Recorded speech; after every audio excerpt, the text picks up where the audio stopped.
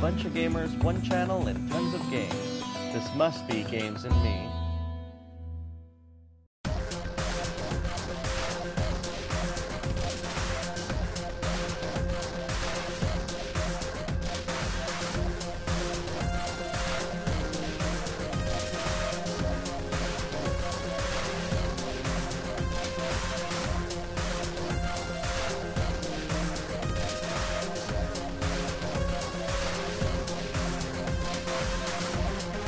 Hey guys, this is the Pixel Polygon Protection Group, and we are back for another week of chit-chat and rants and discussions. So, of course, we have here, as always, Magus X1.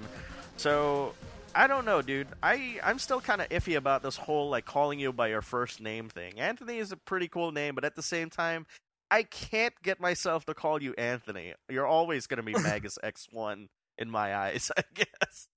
I think I'm going to be Magus or Magus X1 to everyone, so... Well, okay, I was thinking about this scenario, all right? Because, obviously you're, in case you got people on the internet or people listening to this don't know, Magus and Jumbo Junkie are planning to come over here for E3 of 2010 so that they can revel with us in all this gaming goodness. They'll be E3 virgins, basically.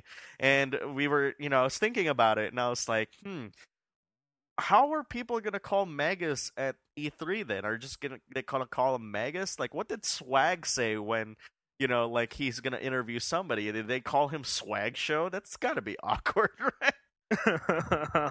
I don't know. Swag Show is kind of an odd name, though. My name is Swag Show. It's kind of like saying I'm TV Show. Yeah, it's like, I am this. It's kind of weird, but... In any case, I'm digressing. I know we'll figure it out by next year, so why don't you run us through what you've been playing, dude? Well, of course, I've got a review coming up of Devil Survivor. I'm still playing that, but we've talked about that game way too much, and I even have a YouTube review coming out. So let's not talk about Devil Survivor right now. Mm-hmm. Okay. Let's talk about Castle of Shikigami 3. Whoa, you know what? I've heard a lot about that game. Well, I've heard from, quote-unquote, a lot of people about that game saying that I should play it. So what the hell is it?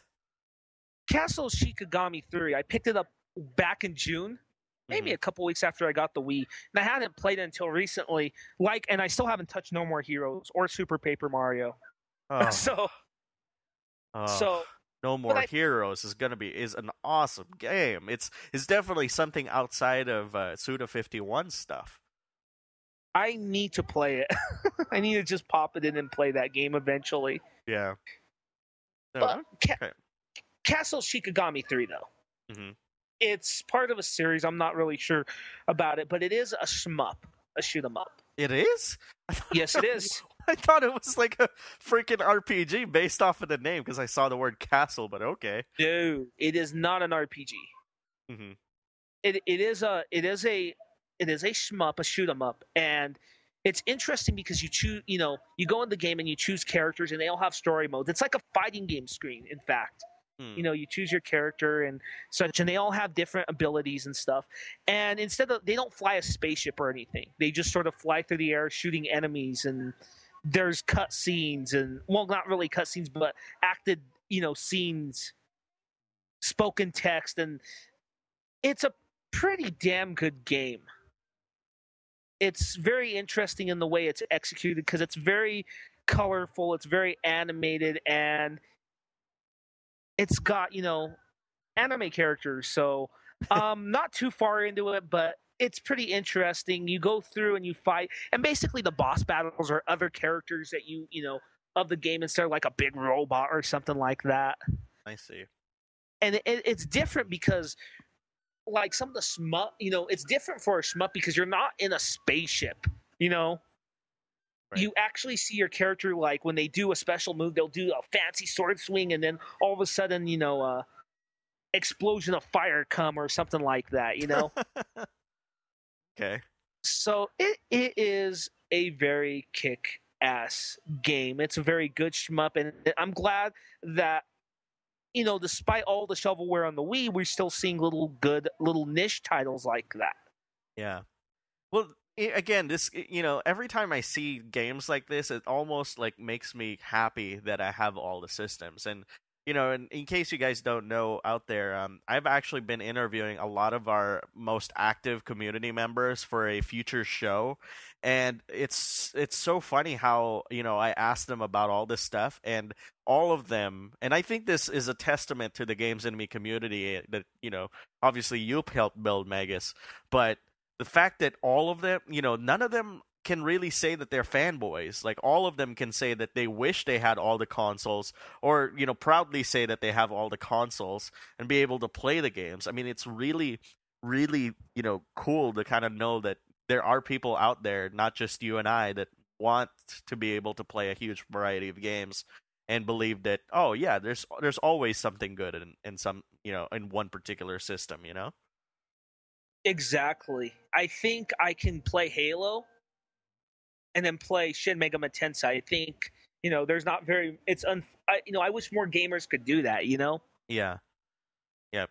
And that's why, we'll talk about this, of course, later on, like, towards the end of the show, about how we can help them realize that, because, holiday season's very messy, So anything else, dude, apart from Castle of Shikigami 3?